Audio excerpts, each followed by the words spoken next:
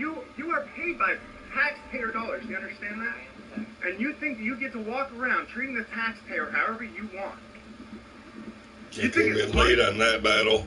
You think it's funny, huh? Came in late on that one. And you wonder why cops drop. Yeah, I don't know what you dropped. Yeah, I don't know why. I don't know why. I don't know why she swallowed a fly. Perhaps she'll die. There was an old lady who swallowed a shoe.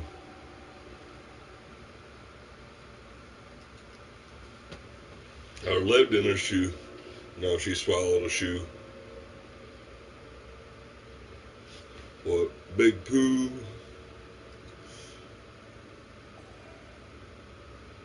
There is a turkey. I don't know which one I want to try. I don't know why I picked this one. Let me see. I don't even know the weapons.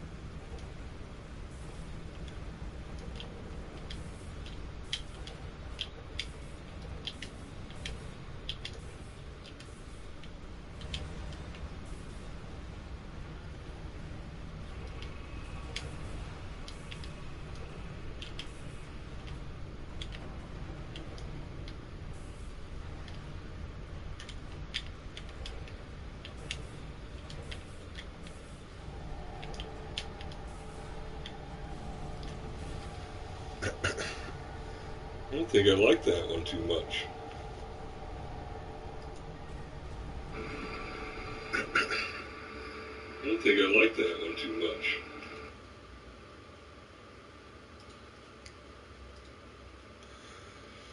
What was the other one? It was the Charger, but there was a different... Oh, I think it was this one. I think it was the Ord that I liked, that I was going to try to get used to.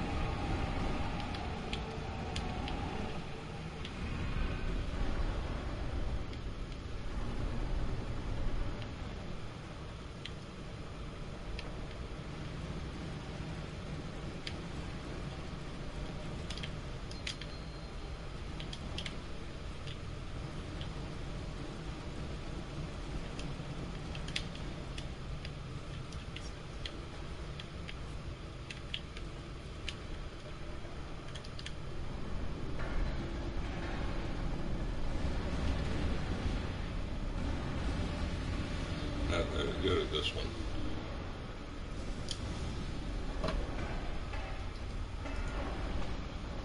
This mech.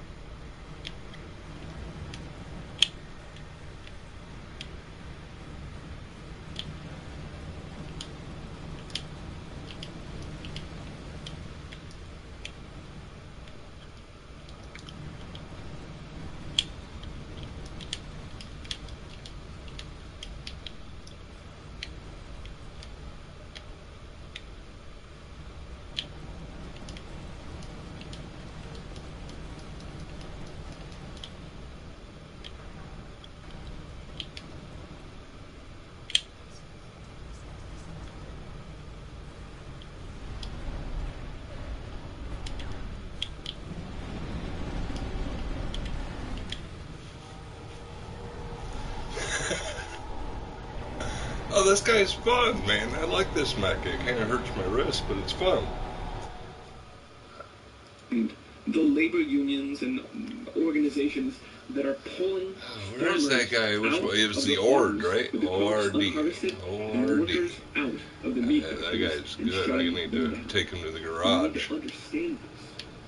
I was smoking him there for a minute. That was pretty fun. And our food supply integrity in check. Okay, well, the elections are a farce. You are wasting your time. They have already decided well in advance of what they're going to do.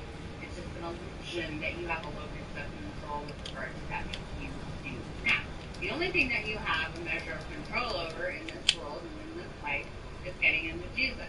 If you don't, then there is a division coming. I'm going to talk about that in a moment, but he just goes on to highlight some points here. Significant amounts of grain remain unharvested, and even when harvested, a significant percentage was lost from processing, transportation, or storage. And then also, him and other channels have discussed with you that there have been a number of, oh no, the fire has started and taken out an entire food holding facility. Just don't know what happened. It just blew up. Or another, these attacks have happened all over the world. They're like, oh no, target food. Like, oh no, if you're the food, run! Because you're going to be targeted for destruction because they are trying to bring about the conditions that Christ said would tell you. So cause and effect, Christ would tell you is the effect. Again, the thesis of this video, it looks like we're wrapping up. It looks like the division is coming. It looks like they're setting up the conditions for those who wish to be part of this world system.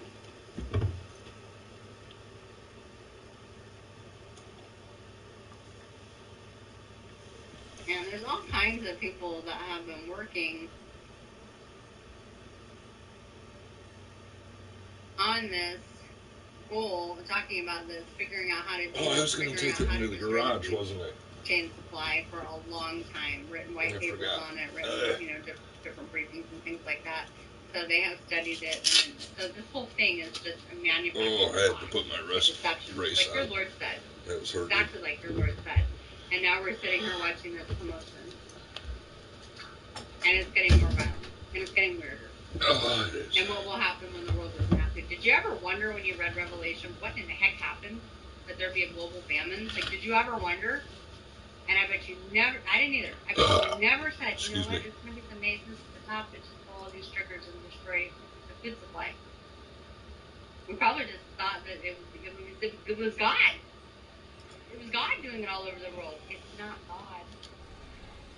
God is sweet and kind. The final book of Habakkuk is talking about, because he has had an encounter with God, and God is showing him his solution to the problem of evil. His magnum opus is his solution to the problem of evil, getting into the one new mankind in Christ.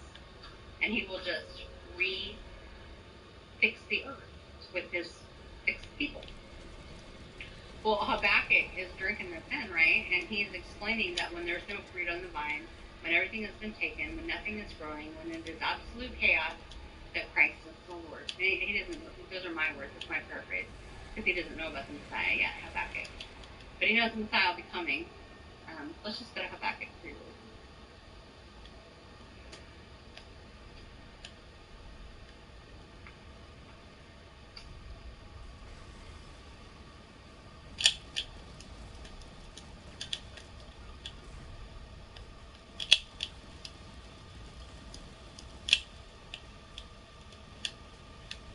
NIV. I don't like that. I don't. Let's listen. Habakkuk 3. A prayer of Habakkuk the prophet upon Shagaiamoth. O Lord, I have heard thy speech and was afraid. O Lord, revive thy work in the midst of the years. In the midst of the years make known. In wrath, remember mercy. God came from Teman, and the Holy One from Mount Paran, Selah. His glory covered the heavens, and the earth was full of his praise, and his brightness was as the light. He had horns coming out of his hand, and there was the hiding of his power. Before him went the pestilence, and burning coals went forth at his feet. He stood and measured the earth. He beheld, and drove asunder the nations, and the everlasting mountains were scattered. The perpetual hills did bow. His ways are everlasting. I saw the tents of Cushan in affliction, and the curtains of the land of Midian did tremble. Was the Lord displeased against the rivers? Was thine anger against the rivers? Was thy wrath against the sea? That thou didst ride upon thine horses and thy chariots of salvation? Thy bow was made quite naked, according to the oaths of the tribes, even thy word, Selah. Thou didst cleave the earth with rivers. The mountains saw thee, and they trembled. The overflowing of the water passed by. The deep uttered his voice, and lifted up his hands on high. The sun and moon stood still in their habitation. At the light of thine arrows they went, and at the shining of thy blazing spear. Thou didst march through the land in indignation. Thou didst thresh the heathen in anger. Thou wentest forth for the salvation of thy people, even for salvation with thine anointed. Thou woundest the head out of the house of the wicked, by discovering the foundation unto the neck, Selah. Thou didst strike through with his staves the head of his villages. They came out as a whirlwind to scatter me. Their rejoicing was as to devour the poor secretly. Thou didst walk through the sea with thine horses, through the heap of great waters. When I heard, my belly trembled, my lips quivered at the voice. Rottenness entered into my bones, and I trembled in myself, that I might rest in the day of trouble. When he cometh up unto the people, he will invade them with his troops. Although the fig tree shall not blossom, neither shall fruit be in the vines. The labor of the olive shall fail, and the fields shall yield no meat. The flock shall be cut off from the Man, fold. this thing doesn't There shall be have no good herd like in the control stalls. when I get hit. Yet I will rejoice in the Lord. I will joy in the Kind God of of my makes me wobble salvation. a little bit. I don't know The Lord if I need is my to take it in strength, the garage or and he something. will make my I could feet do like that, I'm hinds' sure. feet, and he will make me to walk upon mine high places, to the chief singer on my string. Stringed instruments. I would need to sit and pour through this. I'm not 100% sure what's going on here, but the idea here is that this is kind of a rhetorical question. The rivers and the water seems to be reacting here, and you can read about that in Luke. That is in fact what is happening here. And this is another clue and piece of the puzzle on Judgment Day, on the day of the Lord, when he comes back. And this is a rhetorical question. Was the Lord displeased against the rivers? Was thine anger against the rivers? No. No, it was against the human creation that rejected them, not the non-human creation. Was thy wrath against the sea, that thou didst ride upon thy horses and thy chariots of salvation? Very interesting. You can also read about in Psalm 95 and Revelation 10. There's all this language having to do with the earth and the water, the river. This is interesting too. The deep uttered his voice and lifted up his hands on high. Talking about the overflowing of water. Like, is creation itself commiserating with the creator or something? The sun and the moon stood still in their habitation. At the light of thine arrows they went. At the shining of thy glittering spear. Well, you go look up arrows and spear. That is completely in tandem with God calling on their trumpet a sound of war. I know war with humanity that did not follow directions. And people just tend to ignore Revelation 10, and I think it might go with it. That one is forth for the salvation for thy people, given for salvation with thine anointed. Thou woundest the head of the house of the wicked by discovering the foundation of the neck. I'm not sure what all that means, but there is something significant going on. Thou didst strike through with, I don't know what this means, staves the head of the villages. They came out as a whirlwind to scatter me. Their rejoicing was as to devour the poor secretly. You know, we have talked a lot about there's a plan brewing to come after you from the ultra wealthy. Thou said, walk to the sea with thine horses through heaps of great waters. Now the only thing is this language with horses makes me think of Revelation 19 because he does come on horseback. But then there might be something more going on with this first language too, because I'm seeing a lot of connection actually with the beginning, not the end, but the beginning of the tribulation as well. So he's saying that when he heard what was going on, it made him sick. And he talks about that he might rest in the day of trouble. That's another aspect of him coming and raising the dead to life and giving them flesh, glorified flesh, as well as the people that he has come to save. Very interesting language here. You also see this issue of a change, that there must have been fruit and then something happened. And so it goes right along with,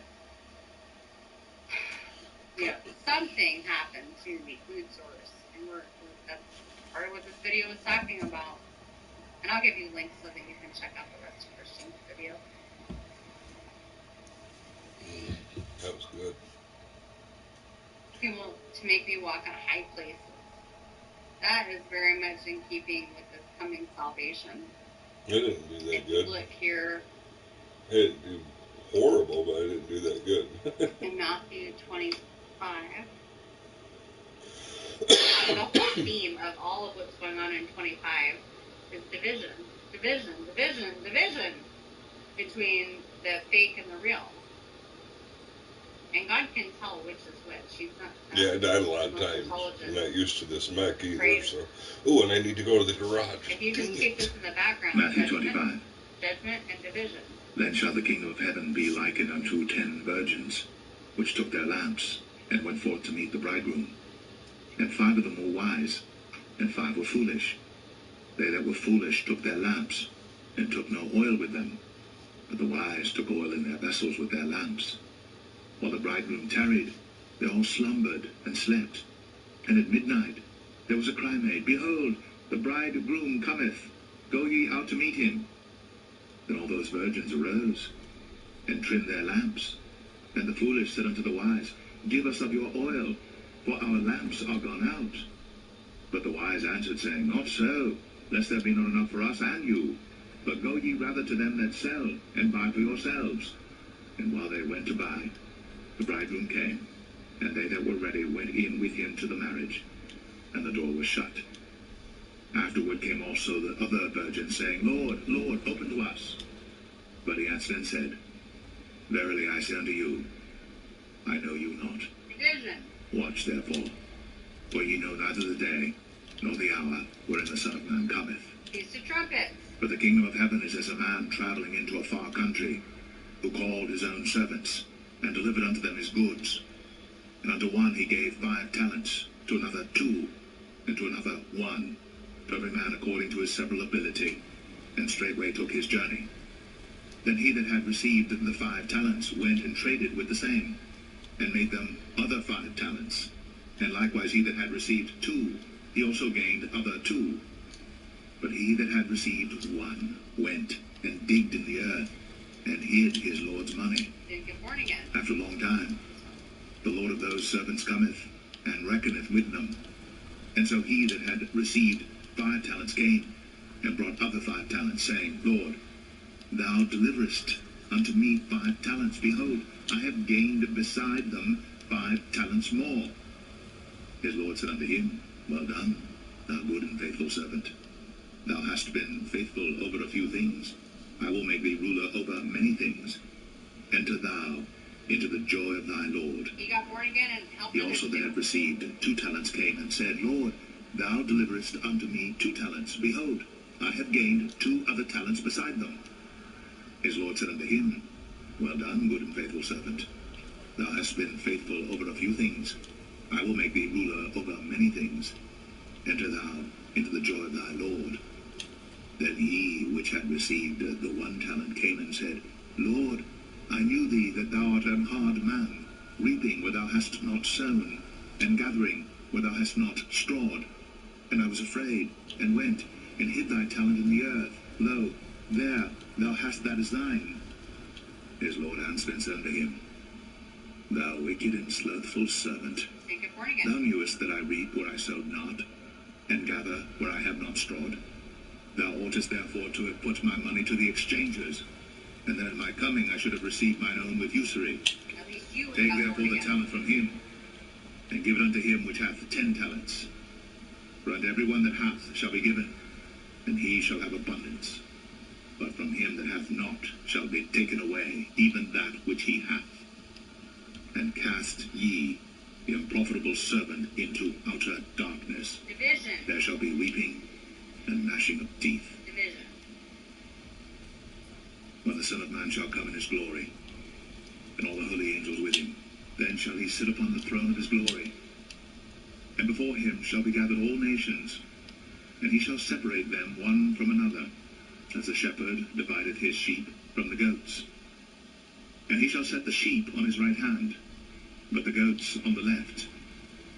Then shall the king say unto them on his right hand, Come, ye blessed of my Father, inherit the kingdom prepared for you from the foundation of the world. For I was an hungered, and ye gave me meat. I was thirsty, and ye gave me drink. I was a stranger, and ye took me in. Naked, and ye clothed me. I was sick, and ye visited me. I was in prison, and ye came unto me. Then shall the righteous answer him, saying, Lord, when saw we thee an hungered, and fed thee, or thirsty, and gave thee drink? When saw we thee a stranger, and took thee in, or naked, and clothed thee? Or when saw we thee sick, or in prison, and came unto thee? And the king shall answer and say unto them, Verily I say unto you, inasmuch as ye have done it unto one of the least of these my brethren, ye have done it unto me.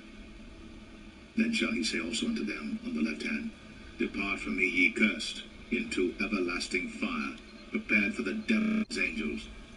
For I was an hungered, and ye gave me no meat. I was thirsty, and ye gave me no drink. I was a stranger, and ye took me not in. Naked, and ye clothed me not. Sick, and in prison, and ye visited me not. Then shall they also answer him, saying, Lord, when saw we thee an hungered, or athirst, or a stranger, or naked, or sick, or in prison, and did not minister unto thee? Then shall he answer them, saying, Verily I say unto you, inasmuch as ye did it not to one of the least of these, ye did it not to me. And these shall go away into everlasting punishment, but the righteous into life. So this one, I understand and have always been told that this is at the end of the tribulation. And again, it's another division. So God does not consequence everybody the same way, but rather he divides them and consequences them based on what they did with his commands. So bringing this to a close here, just real quick to back it up to 24, which is not the only gospel that discusses this, but we're going to discuss this. He starts talking about the beginning of the sorrows. This is the 7-year tribulation, so the time of Jacob's trouble for the unbeliever, for the slave, who did not want to get into Christ's ark, the ark of the new covenant, the renewed covenant. And it says here, it goes over a couple of the seals. For nation shall rise against nation, kingdom against kingdom. There shall be famines, pestilences, and earthquakes in diverse places. And he qualifies that because these are the beginning of the 7-year tribulation. And then he starts talking about the 5th seal, the characteristics of the 5th seal here. They'll deliver you up. Who? These people that got cut off, but then they decided, oh no, I don't like the Antichrist. He's not nice. I want Jesus. They'll deliver you up to be afflicted. Shall kill you. You shall be hated by all nations for my name's sake. It's really important to understand that this one world religion is all about getting everybody on the same page and naming the enemy, the terrorist, the bad guy as the Christian because of the nature of who Jesus is as the truth, and the fact that there is only one way, and he's the way. And everybody else rejecting that and being put onto one great hatred against Christianity. And he talks about the characteristics of it. There shall be many that are offended, and shall betray one another, and shall hate one another. I would tell you that with the thing they want to put in your arm with the credit score, if you watch that stupid Black Mirror, it was not satire. It was not public commentary on the garbage they told you in that narrative. This is satire. No, that's the future. And they're bringing you on board with that nonsense. I don't even watch that, and I know what it is because I've seen clips. But they're going to destroy one another, be offended, betray one another, hate one another. Right? So not only are they going to hate the Christians, they're going to hate each other. This is going to be a fun place to live. Right? No. Get in that ark. Many false prophets shall rise, and there will be many, and because iniquity sin shall abound, the love of many shall grow cold. Yeah, I mean, when you're telling everybody do whatever you want, but then also at the same time, the Noahide laws, it's going to be confusion, which is how Satan works. That's Satan, Satan. But he that shall endure until the end shall be saved. I have never really understood that verse well, and I don't think it's the way that people typically say. I don't know if you're talking about physical salvation or I don't know. It's in the context of all these people that are going to try to devour you. I'm not really clear on that one, to be perfectly honest with you. And this gospel of the kingdom, God's rule, God's power, God's doing, God's thing that he wants to do to make one new mankind in Christ is still up for grabs. shall be preached in all the world for a witness unto all nations, and then shall the end come. So all through the tribulation, even though they try to hamper that, it don't work, because God still has a witness. He sends angels that bring the gospel by the time you get to the halfway point. He's talking about the halfway point here. Now he's going to go in. He doesn't do this all perfectly according to order the way that Gentiles like to see order. He's doing it in chunks and bits and pieces. You have to pay attention to where he's at. So what's he going to talk about now? Because he just talked about the end. The end shall come. So he just gave a brief overview, right? He gives a preliminary, then he gives a brief overview, beginning to the end. And now he's going to go in for the major midway abomination of desolation, Satan pretending to be Gaia, Mother Earth. And when you see this, standing in the holy place, so an actual temple that they're setting up for, and they want to, and John will tell you about the mark of the beast later on, halfway through, when all this is happening, they also want to get that fake Holy Spirit mark inside your temple, your empty temple with soul, and get you to reject Jesus. Instructions, I don't want to get into all of that, but note that it is specifically in Judea, right? So Satan wants to get rid of the people that brought forth the DNA people that brought forth the Messiah, right? And he's like, run for your lives when you see the abomination of desolation. We're at the midway point now. And then it's weird because in verse 23, then he pops up with this all of a sudden, right? If any man say unto you, lo, here is Christ, or there he is, believe it not or not. I think you could very easily put in brackets, he's taking a resurrection. Well, this is crap. A techno resurrection. And this is why Christ is saying this here. I think is what's going on. For there shall also arise false Christ and false prophets, and they shall show great signs and wonders. Wait till the Internet of Things and you become wireless and you can just think, I want that pill bottle that has a chip in it, and maybe it floats on over to you, or who knows all of the insanity that they're going to bring about. But you're going to see a lot of techno signs and wonders. Plus, you're going to have this whole world bent on the worship of demons. Yay! Won't that be fun? No, it won't be fun. And he's saying, no, I actually am God, because I can tell you the future, he says in 25. And then it's so weird, it's like he's almost going back to the first seal that he hasn't talked about yet. I don't think when he's talking about this, he's talking about the first seal, I'm sorry. I think that he's doing this out of order to get you to pay attention to something. And I don't love that he does it out of order either, but obviously he is God, and he's much smarter than us, and there must be a reason why he's doing this out of order. It's really strange, but it makes you focus. So it's like he's going back to the first seal. Look at this. Wherefore if they say unto you, behold, he is in the desert, do not go forth. Behold, he is in the secret chambers. God is in you. Believe it not. For as lightning cometh out of the east and shineth unto the west, so also shall the coming of the Son of Man be. And I know so many people go, well, this is at the end of the tribulation. I would tell you no. No. These verses, 26 and 27, is at the start.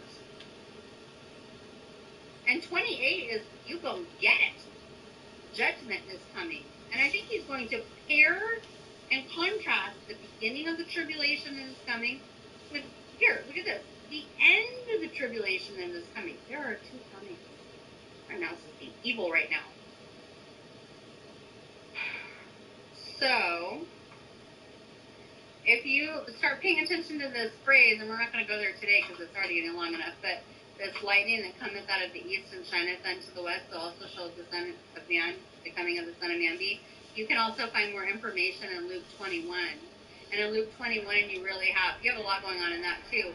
But when he starts talking about this phrase, you're being brought into the day of the Lord, into the day of when he comes in Revelation 10, and he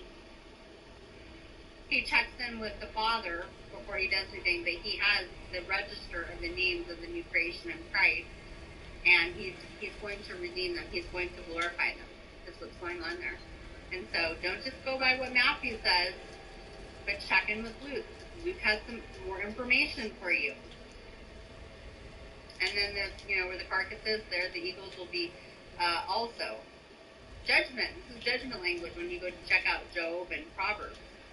So now he's going to qualify and say at the end, in verse 29, immediately after the tribulation of those days, shall the sun be darkened. And I think we would have already seen this at the beginning. There's other scriptures that talk about this. It's bookended. The darkness starts with darkness, and the darkness ends with darkness. And the moon shall not give her light, and the stars shall fall from heaven. What's up with the stars falling from heaven? See, I think that has to do with thrones coming down, or something, because stars are like gaseous clouds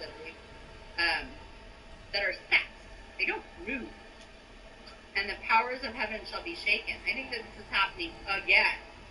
And then shall appear, this is at the end now, for atonement, Feast of Atonement, and then shall appear the Son of coming up to the Son of Man in heaven, and then shall all the tribes of the earth mourn, and they shall see the Son of Man coming in the clouds of heaven with power and great glory at the Feast of Atonement, at the end. And he shall send out his angels with a great sound of a trumpet. This is the harvest at the very end, the gleaning of the north, south, east, and west. And they shall gather together his election. I didn't have any healing. That was not me. I shouldn't have done that. I didn't have to rush him. Rush the big one. We rushed the big guy. And then he's like, so, this is not even knowing my guy that well yet. Everything that I've already told you. And remember, in the context of his disciples, I just put some new equipment on her. I think it's a her because it feels all good. This out on him, right? I mean, they must have been reeling and quiet and thinking for days after this, just trying to remember and take in everything that he said.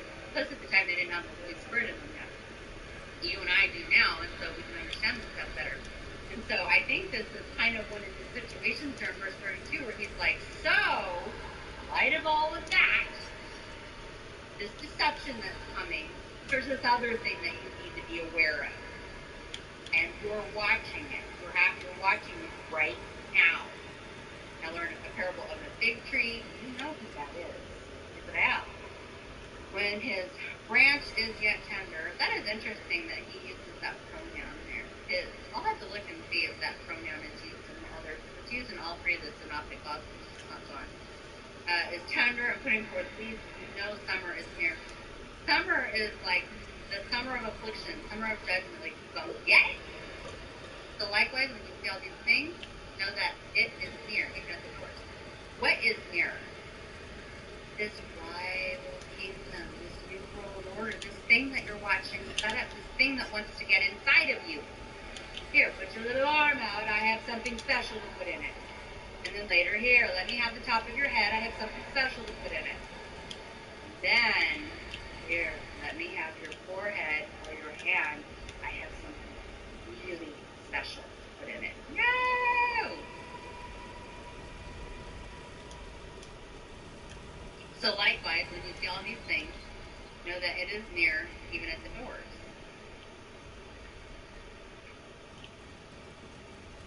We're seeing all these things coming. It's a setup. The setup. Know that it is near. I should have just stayed alive, but I'm charging. Charge! You have a dark kingdom that's going to get even darker. And you have God's kingdom that's coming to get a glorified flesh of his people that have said, I don't want to be a slave.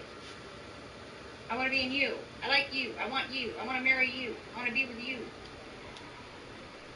It says, this generation that sees this generation of unbelief and this generation of believers shall not pass till all these things are fulfilled. Heaven and earth shall pass away, my word.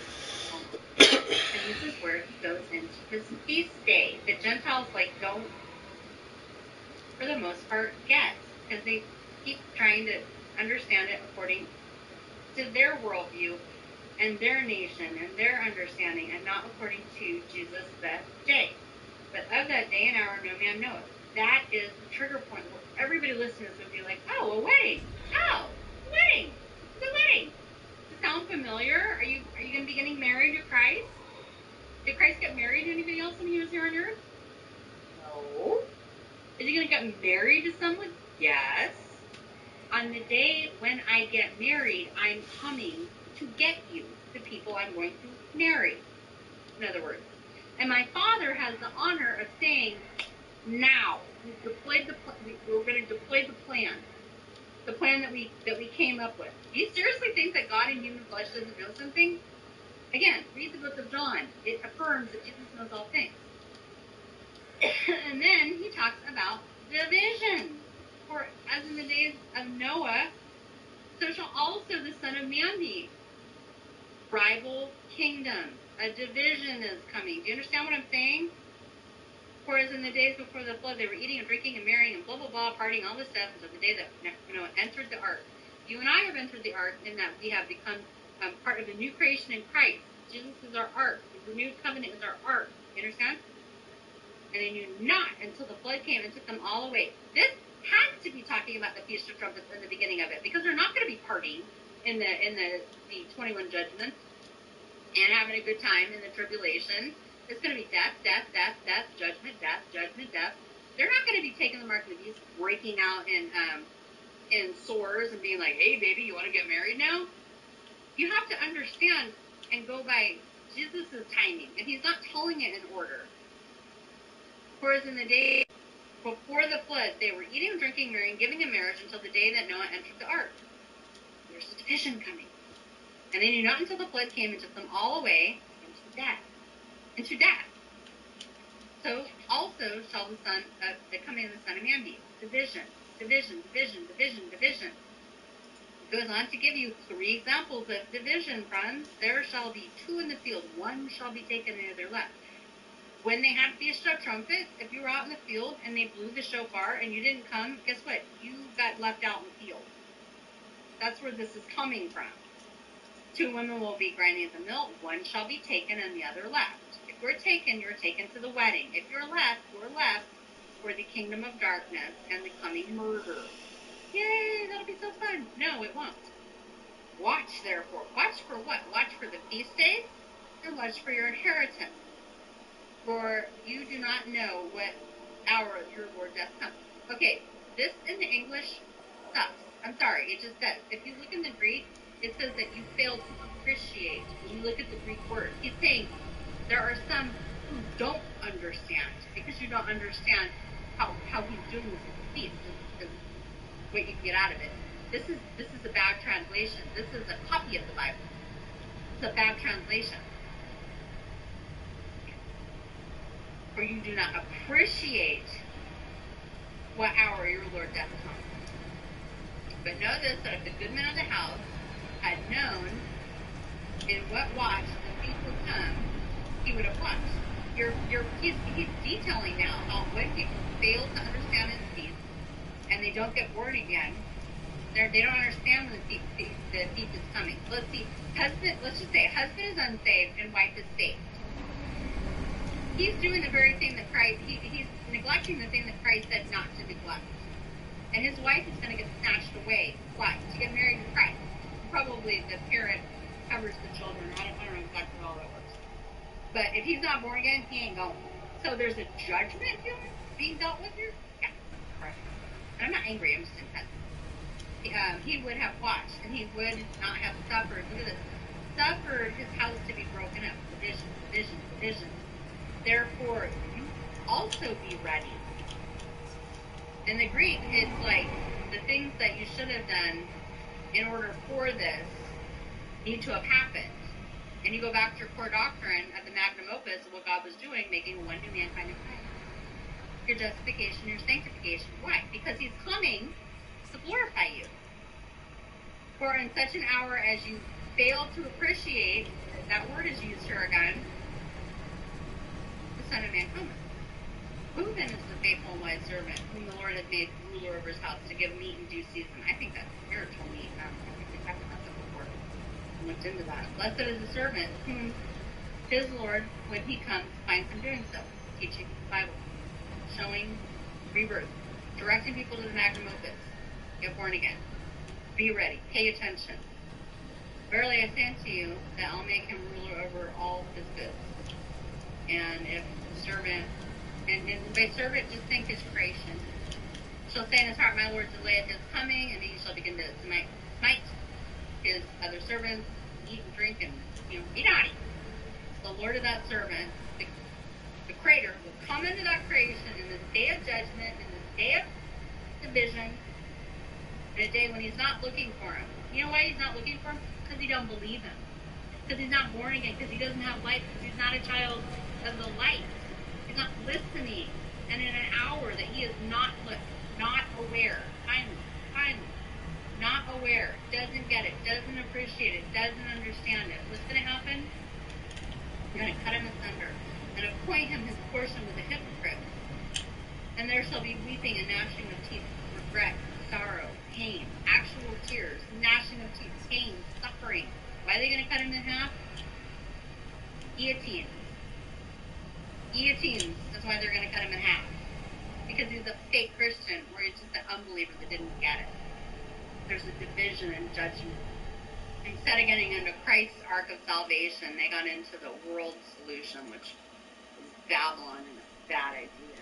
Anyhow, thank you so much. God bless you. Join me for the next one. We'll keep going.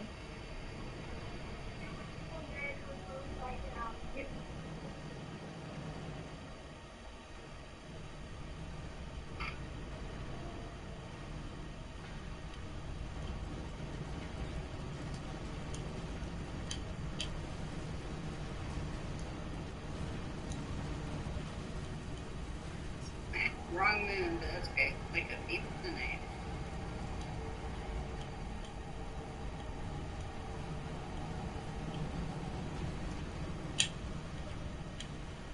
Aaron Farini, Director of Press Communications for the Trump campaign. Aaron, great to see you.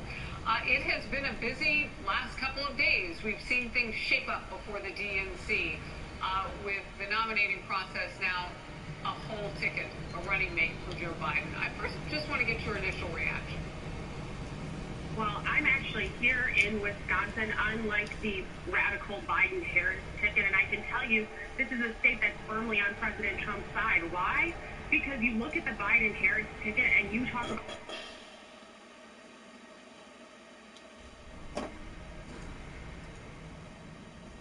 Alright, you guys, this is just a quick little short test video, so it'll upload quick if it uploads, to see if I can upload.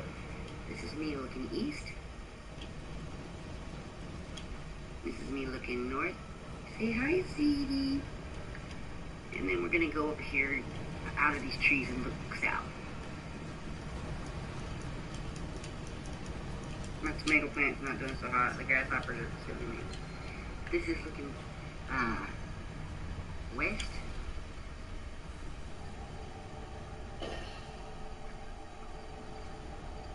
And looking south. South. Alright, I'm gonna end this and try to see if I can upload this, you guys. I love y'all. Bye.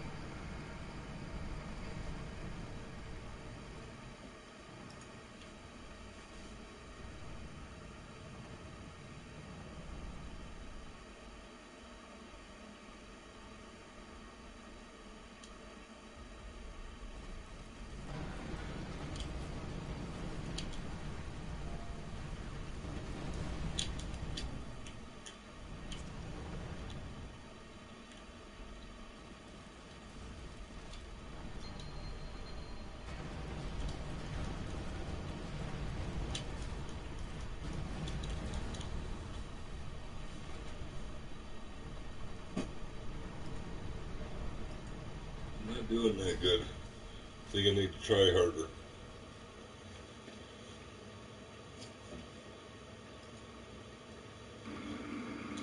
Hey, what's up, guys? How y'all doing? Well, I just crossed the border in Sweetgrass, Montana. Well, it's on the border of Alberta. Came from Alberta, and what a day! What a trip this has been, guys.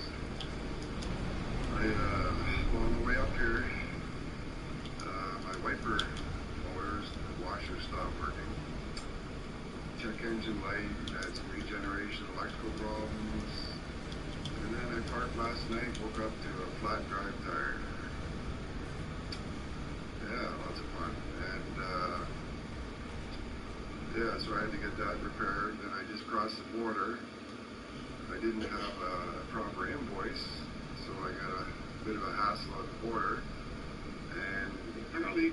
cross the border with one carton of cigarettes. And I've crossed the border hundreds of times with as many as 10 cartons of cigarettes, you know, because I live in my truck.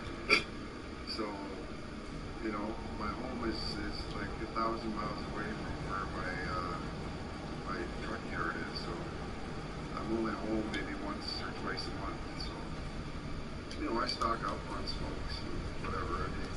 And so I had 4.5 cartons of smokes, and I had to pay $10 per carton on my cigarettes. So extortionists, guys, like, you know, I paid the duty on them. Plus I got to pay a fine now of $10 a carton for bringing more than one carton. And nobody in however many years I've crossed the border has told me that I'm only allowed one carton of cigarettes in my possession, or I have to pay a sort of fine. I don't know if it's a fine or a duty on top of the smoke. So it's ridiculous. Ridiculous. So trip from hell, guys. Trip from hell. So I must have run something over because I've got a big hunk out of, it's like, you know, like the size of an egg out of my other drive tire that's showing exposed belt. And I told the boss, and I just drive it till it blow. We fix. Okay. Great. So, yeah, sorry to be so negative, guys, lately, but that's just the way she goes sometimes, eh? And, like I say, I got really pissed when ScrewTube took down my video, and, you know, I got censored, this new censor police on Facebook, too. You know, fake news censors or whatever, false information police, like, so I really find it difficult to be a part of any of that. So I whacked my Facebook, deleted it. Instagram, same thing. I never really had much problem with Instagram, but, you know, it's just the mood I was in, and I tried to delete my YouTube, and thought I did it. It was hidden for like 12 hours, and a whole bunch of my videos are gone, my comments are gone. So what I might do, if I get more strikes, is start another channel. So it'll either be like something like Emerald something, or I was going to call this channel Pale Rider, so it might be Pale Rider. I'll let you guys know anyway, but, you know, I'll try and tough it out, guys, but it's hard to bite my tongue, you know. I'm not the type of person to bite my tongue, and it's difficult for me to do that. So I checked out brand new too. The first video that popped up was Mr. Cheswick's Scooby-Doo. Oh, fuck, that was funny. That was fucking great, Mr. Cheswick. So, and I've seen Sandra's video and Vernon Cole's. So, we'll check it out, you know. Might sign up for that. I just didn't have time really to create an account and all that. And my BitChute is still up. I deleted the BitChute and it's still up. So I don't know what the fuck's up with that. Anyway, I sorted out the comment problem on BitChute. Now hopefully you guys can comment on my BitChute. And I had a link. It was all my YouTube videos are supposed to link, upload directly to BitChute, and they're not. So more fuckery, right? That I gotta figure out. So I redid the information page on how to link them, and dropped my YouTube channel link in the BitChute, so we'll see what happens. See if this one goes up, or the last one. I haven't checked yet. But apparently, I deleted the BitChute, and it's still there too, so maybe it's a delayed delete, I don't know. I don't really give a shit. I'll just start another one if the need arises, or if I feel like it. But I was was just listening to Dell's, you know, last hangout. I just missed by an hour. Like, it's just not my day. You know, it's just not my day. Hasn't been my week. This trip from hell. You know, getting there with no sleep, and if any of you guys know from my last videos, I talked about what they made me do. They made me drive on a flat tire to a repair shop, which is retarded. I mean, if that tire came apart and somebody on a motorcycle was beside me or something, it's ridiculous. So, all to save a buck, you know? They put us drivers at risk to save a buck. Pathetic. It's pathetic. So that's kind of why I've been leaning towards going owner-operator, getting my own truck, so, you know, I can do what the fuck I want to do, you know. I'll fix it if it's got a problem, and not put anyone's lives at risk or my license at risk, you know. Like, DOT and states and MTO, they don't have a sense of humor for stupidity, and neither do I. So, yeah, so I was listening to Dell's Hangout, just got through the first part of it. You know, he's debunking that Alex kid, or, you know, so I hope that kid has the cojones to come on and talk to Dell about that. That'd be great. You know, there's very few platforms that tell it like it is, and, you know, beyond the imaginary curve has, in my opinion, always told it like it is. You know, I may not agree with everything he says all the time, but he's never wavered and shown nothing but integrity. And there's quite a few of you guys out there that I follow. You know who you are. The channels that I, you know, that I comment on and so forth. So anyway, I just thought I'd check in and, you know, give you an update on my situation and where my head's at. It's been a rough week, guys. You know, and my advice is don't make decisions when you're emotional, because, you know, decision making and emotional behavior don't go together, and never usually ends up well. You know, I've lost some videos on here, you know, that, like, if I do, like, my plan was to download, I didn't know that, they would delete all my comments and whatnot in some of my videos. But I'm not going to let YouTube take down my channel. If I get 2 strikes, I'll start another channel. And, you know, kind of dodge the bullets. I don't know how long these strikes last. Maybe some of you guys know. Like, if you get 2 strikes, how long does it stay on your record? Is it like a criminal record on YouTube? Or does it refresh after a certain amount of time? I'm not sure. It hasn't really been a concern. They've just blocked my videos that they didn't like. Now they're giving me warnings and strikes. So I don't know, guys.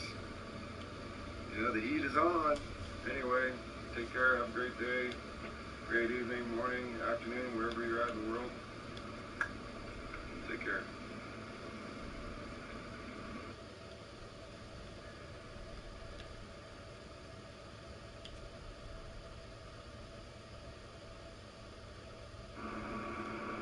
Hey guys, what's up? Well, I just got a video terminated, hate speech. They just gave me a warning this time. I guess it's my first violation. I've had a lot of copyright claims and shit, but yeah, so, you know, I was talking about the New World Order agenda and transgendered people and gay people in a negative way, and they're protecting the sodomites, and well,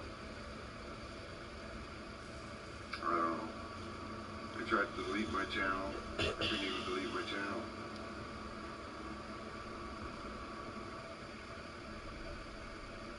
So, I don't know how long I'll be here, guys. You know, if I can't speak my mind, I really don't want to be here. I hear there's a new, brand new tube. So I may check that out. I deleted Facebook, Instagram. Fuck them. Fuck them. Fuck them all. You know, they're just censoring and data mining and surveillance. That's what these platforms are, you know. Facebook anyway, and Insta crap. So, you know, my videos weren't uploading to my BitChute channel. I couldn't comment on any, like, people couldn't comment on my BitChute videos for some reason. So they're censoring too. Like, so I whacked my BitChute, Instagram, and Facebook for any of you guys that are wondering, that are my Facebook friends. Done with Facebook, man. Should have done that years ago. And I'm just about done with YouTube, guys. So if I'm gone, you know why. I've had it with these cunts. Anyways, so I'll let you guys know, my last video was taken down, terminated. And they don't like truth. Anyway, take care, guys. I gotta roll.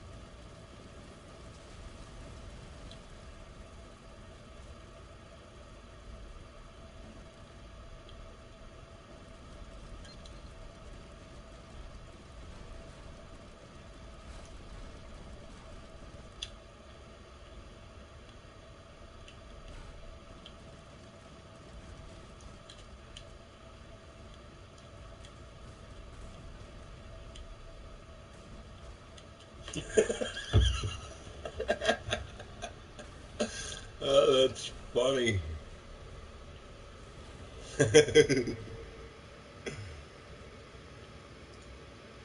I was totally trying to outrun the bullets. I just wanted to go in and antagonize them by going around their entire camp and be like, I got you. Don't worry, I got your spot. Here, I'll get your bubble. And redeem you. Killed you. You? No? I think it was this guy up here, so you're going down. Michigan homeowners, your home is your biggest investment, so you'll want to watch this video. Did you know that many homeowners in Michigan are getting a brand new roof by spending $0 out of pocket?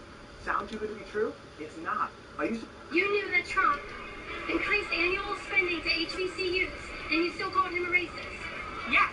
Let me ask, what has he said to make him racist? Like, what definitive proof gives you the idea that he's racist?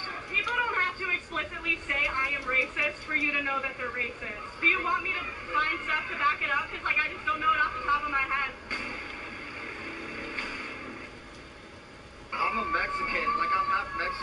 fine. I support Donald Trump. I mean, everybody's saying, oh, he hates Mexicans. Like, no, he doesn't. Well, Like, there's a girl who said that he hates Mexicans. I would love to bring her back up here. There she is. Would you be willing to talk to her? Yeah. Nice to meet you. Yeah, there we go. So, he heard the conversation we were having where you said that maybe Donald Trump might be a little bit racist because of his treatment of Mexicans. I was talking about, like, minorities in general, not just, I just want to make that clear. I was talking about minorities in general, not just Mexicans. But we specifically talked about the border wall and him saying... Immigration policies, yes. So, this gentleman over here doesn't agree with you, and he's half Mexican. Do you want to give her your side?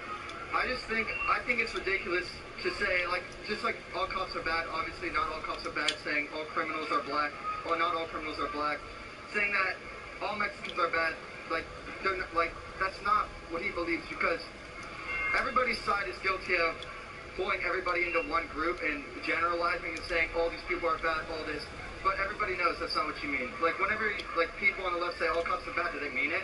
Do they mean every single cop is bad? Well, in talking about that point, Donald Trump was specifically talking about MS-13 gang members. He was not talking about Mexicans. That's not what his goal was.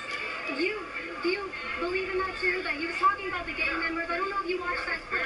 It's very obvious. Like, whenever someone says generalizing, they're really not. Like, you can say Mexicans, but it's obviously you don't mean all Mexicans. And there's an understanding that's there to be had that I think goes over a lot of people's heads when stuff like that is said.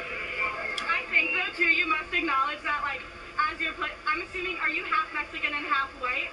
Okay, so I feel like you need to acknowledge that your experience as a half-white Mexican might be a little bit different than someone's, like, someone who's full Mexican. Like, do you know what I'm talking about? Like, what about my mom? My mom is completely Mexican. She was born and raised in San Diego. Her parents are first generation that came here. She was like dirt poor, worked everything her entire life. You know where she went? She went to Harvard. She got into Harvard off of working. That's a role model for me, because my mom, who started from nothing, who's a Mexican, who's had literally nothing, worked her entire life to get me where I am, and she's not half white, and she supports Donald Trump. I don't get your point. Like, what does that have to do with Donald Trump? My point is that regardless if I'm half white, half Mexican, like full Mexican, it doesn't matter. You can still see the stuff that goes on, and it doesn't hinder you.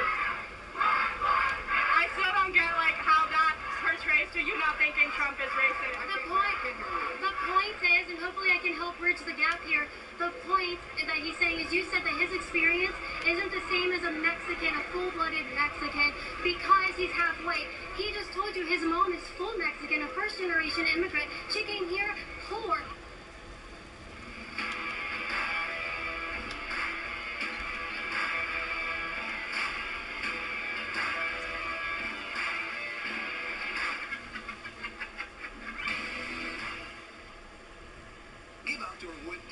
Fences and siding, lasting protection with cabin exterior wood care products from Menards. Save 11% on all cabin exterior wood stains and finishes. For a better lawn next spring, now's the time to apply Midwest Master Lawn Seed. It's a high-quality blend that grows in sun or shade. A 15-pound bag is $25.99 after 11% rebate. Save with 11% off everything at Menards. Save big money at Menards.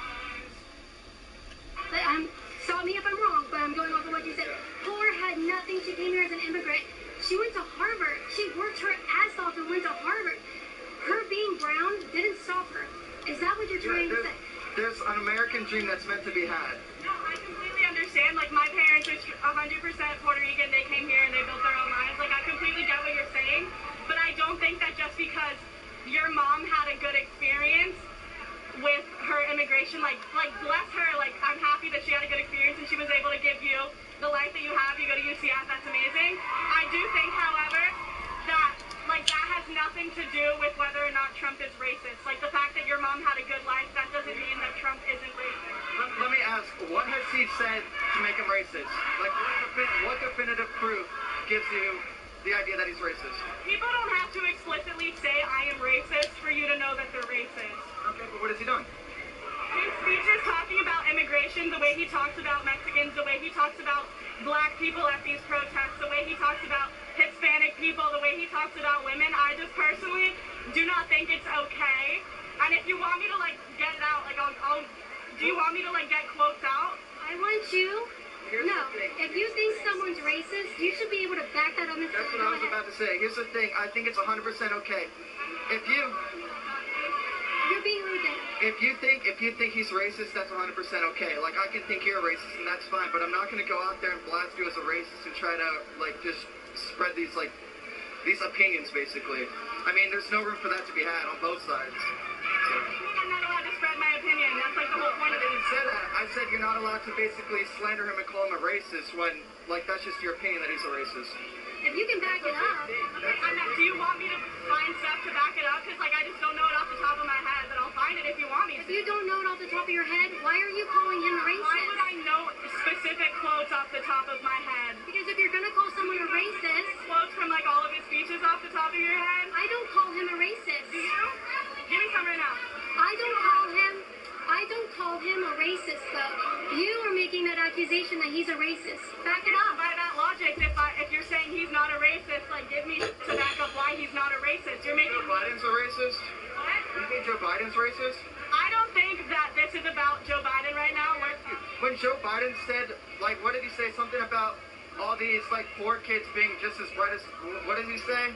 You know, he said that poor kids are just as bright as white kids, insinuating he believes black people are poor. He is Donald Trump. You want proof that Donald Trump isn't a racist? He has raised wages for black Americans, specifically black women. 71% of the working black women are white-collar workers. That's not hard labor. That's high-paying office jobs that they are getting a good wage for. He also lowered the corporate tax rate to 21%.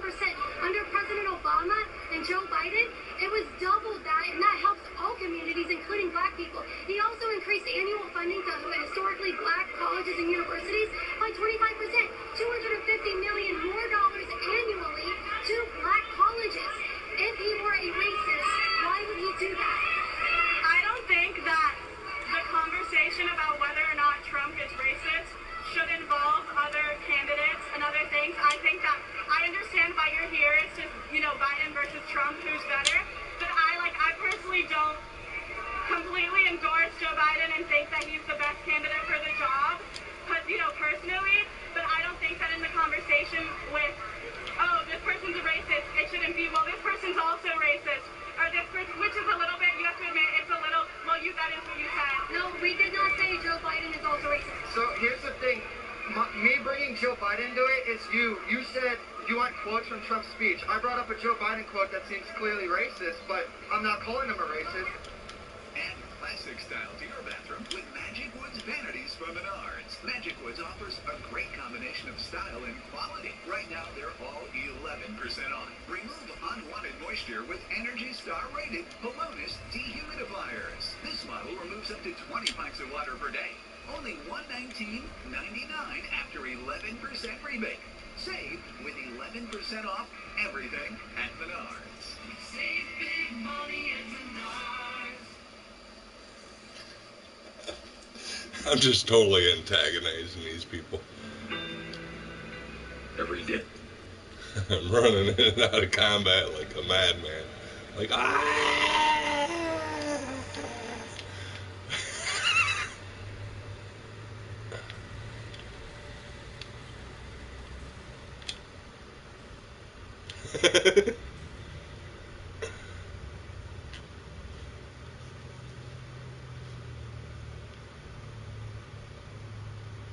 oh man, what happened? I just paused the video. Is it? We're not talking about Joe Biden, which is the point of this. Like, I understand what you're... I don't think you understand what I'm saying, but that's okay. My point is that just because someone says something, and maybe it's a slip-up, maybe it's not, they're not immediately racist. Just because someone says something racist doesn't mean they're racist. Is that what you're saying? I'm saying actions speak louder than words, and have you seen what Trump has done?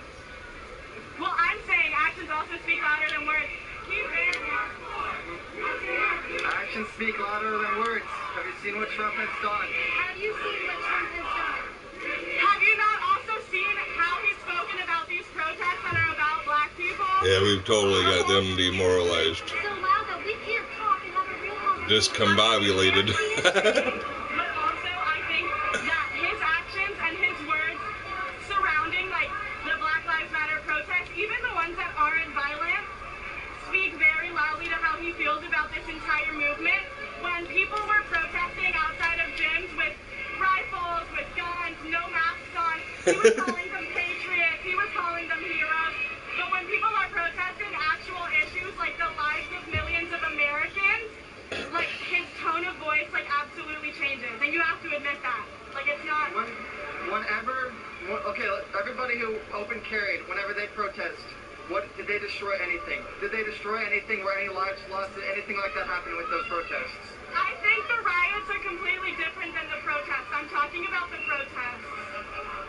If that's the case, if we're talking peaceful protest to peaceful protest, I don't think Trump's necessarily talking about peaceful protest. If he is, then call me out on it. I might be wrong, but I don't think that's what he's doing. Well, I just think that you can definitely tell his tone changes when he's talking about white Americans fighting for something they want versus Americans of color and Americans who, like, might be minorities and all that stuff. But I have to ask. I have to wait. I'm sorry if I can interrupt you really quick. You said that you came here to get different people's opinions.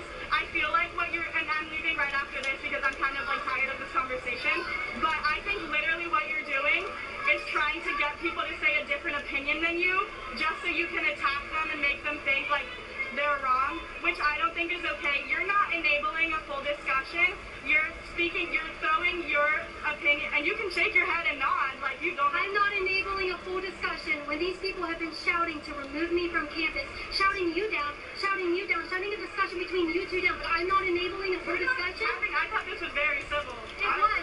I fully respect you. I don't care what your political beliefs are as a person. I respect you. It's as simple as that. Here, I just think, like, the way you're maneuvering this conversation is just a little bit, like, to fit your benefit and, like, fit your narrative. And, like, the way you're shaking your head, like, you're patronizing. Like, I am patronizing you because these people have been screaming for the police to remove me from campus, and you accuse me, shush, and then you keep interrupting me. And then you accuse me of not enabling a discussion. I told you to come over here for a discussion. I asked you, do you want to have a discussion with someone and myself? I am enabling discussion. These people have been trying to get the cops to remove me. I'm going to laugh at your accusation that I'm the one trying to stifle free speech and not have a real discussion. You've been throwing things at me instead of asking me. Like, you've been like, okay, well, did you know this, and this? And that's what I'm... Did you know it? Yes, I read the news. Like, you knew that Trump increased annual spending to HBCUs, and you still call him a racist. Yes, because I still think, regardless of what you do, there's certain... All right, Dave plugs it in. I was trying, but I was kind of fumbling with something else. things you have to do as a president, regardless of whether or not you actually care about the people you're doing it for. Do you think any president, actually cares about the lower class? No, they have to try and help them because that's their job. I just want proof that he's racist. Okay, and I tried to find it, and you told me to be in the moment and respect him while I'm... That's the issue. If you're calling someone racist, back it up. That's all I'm saying. Well, thank you so much for this discussion. It was so nice to meet you, Swan. Bill? Nice to meet you. I appreciate the discussion. Absolutely. She didn't want to shake our hands earlier. All right, well, thank you. I really appreciate it. I hope everything goes well. Take care. To watch that interaction in its entirety, uncut and uncensored, go to libertyhangout.tv. We have behind-the-scenes footage and a lot more coming out of this trip. Go to libertyhangout.tv right now to watch Caitlin Bennett uncensored. Not only will you get to watch exclusive content from me, but you'll get to say you stood for the truth, you stood against the radical left.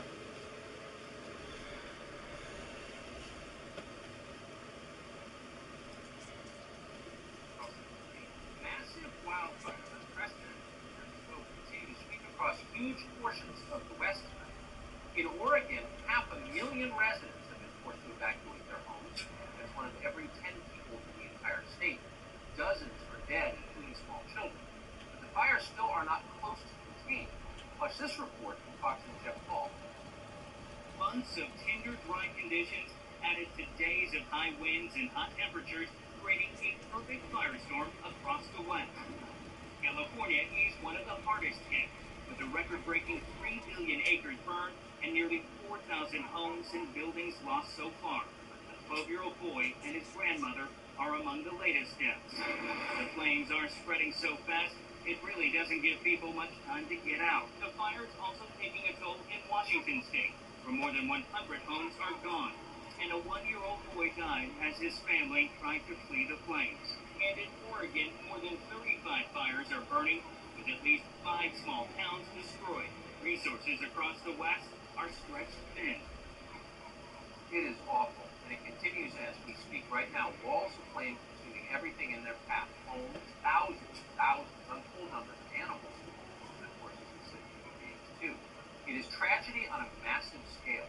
When something this terrible happens, decent people pause, put their own interests aside for a moment, and consider how they can help.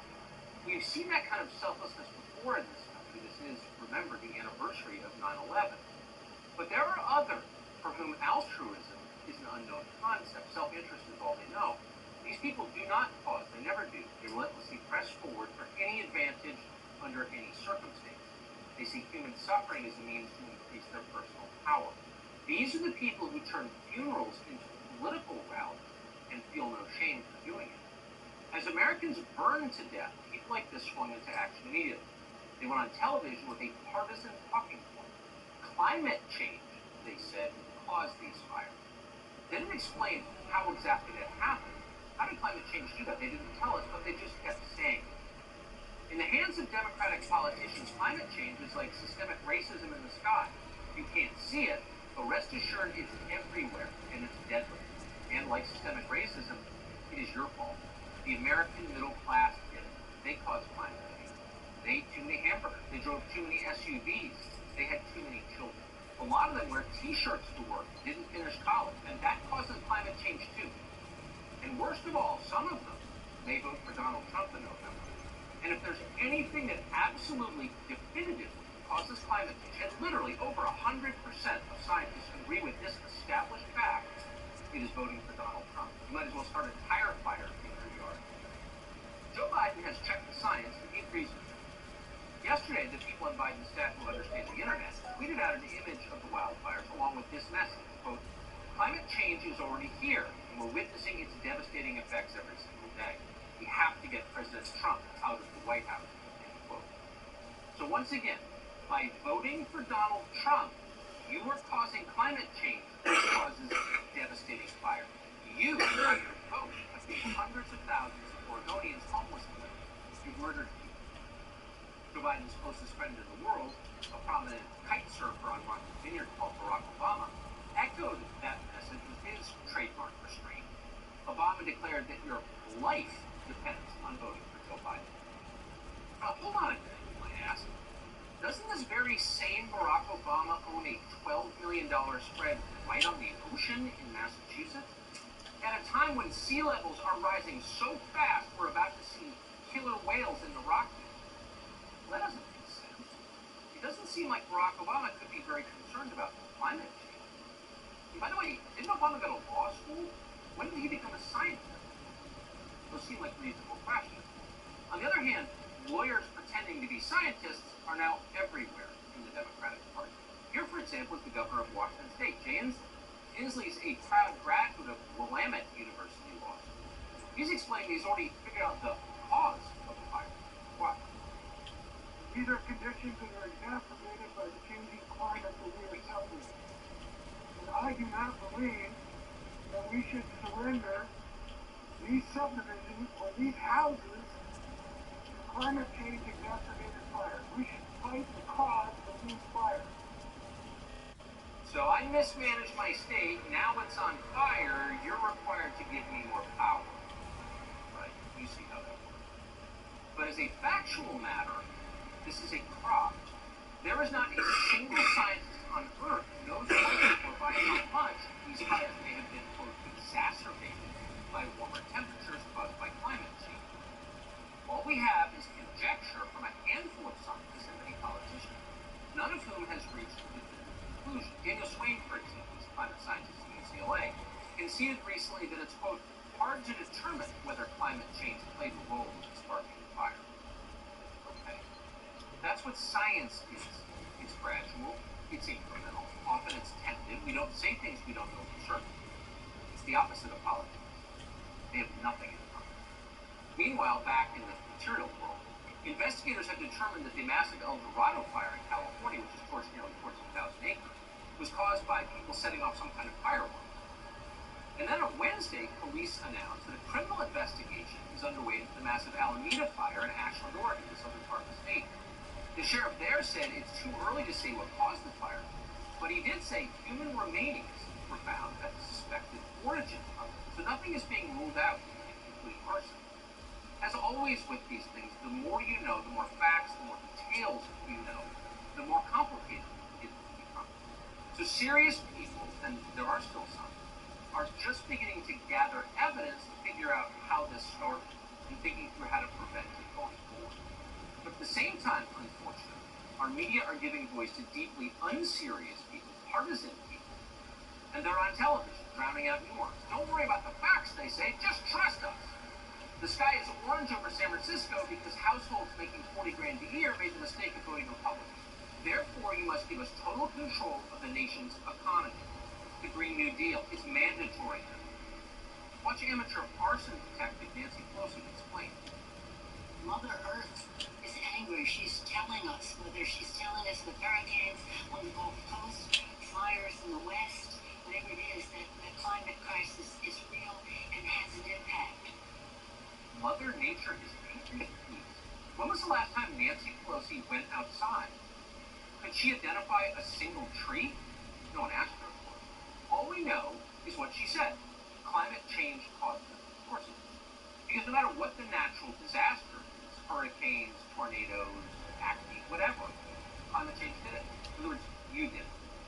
And to repent for doing it, you need to give us full control of it. Now keep in mind, the person telling you this, Nancy Pelosi, owns at least 2 Sub-Zero freezers. She showed them to us on television. Each one costs $10,000. They use a lot of energy. And like Barack Obama, like Joe Biden, Nancy Pelosi constantly flies around the country privately between her multi-million-dollar estate. So if she cared about climate change, of course she wouldn't be doing that. She doesn't, and neither do her supporters. Otherwise, they'd be massed outside of her estates in anger. They wouldn't be trying to destroy the hair salon that exposed her hypocrisy. But it's not about science, it's certainly not about the earth. Again, these are people who don't go outside, who know nothing about it. It's about blaming and ritually humiliating the American middle class for daring to elect someone they don't like.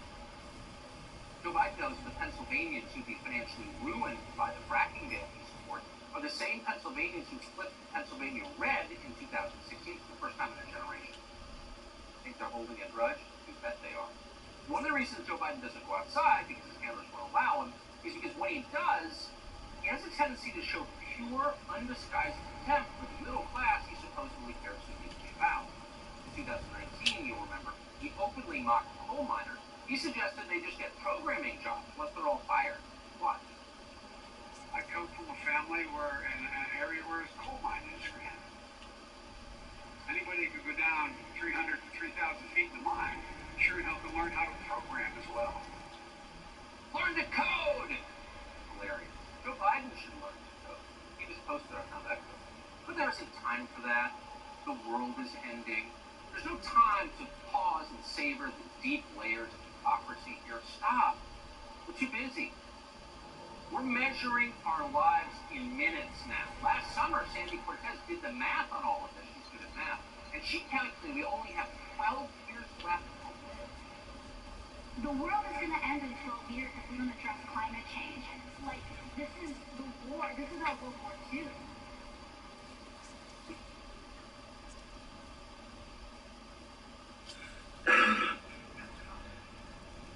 That sounds bad. We're sorry to wreck your night on Friday, but actually it's worse than that. Much worse than that. Consider this.